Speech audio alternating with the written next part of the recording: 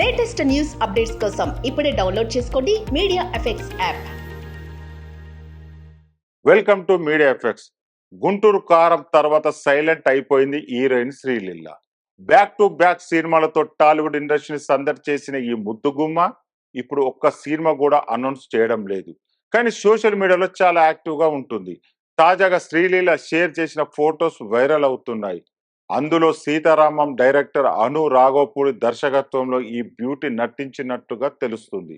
అందులో శ్రీలీల ఓ పల్లెటూరు అమ్మాయిలా పాత సినిమాలో హీరోయిన్ల తయారై కనిపిస్తుంది. ఆ ఫోటోను షేర్ చేస్తూ రెట్రో షేడ్స్ ను అత్తుకున్నాను.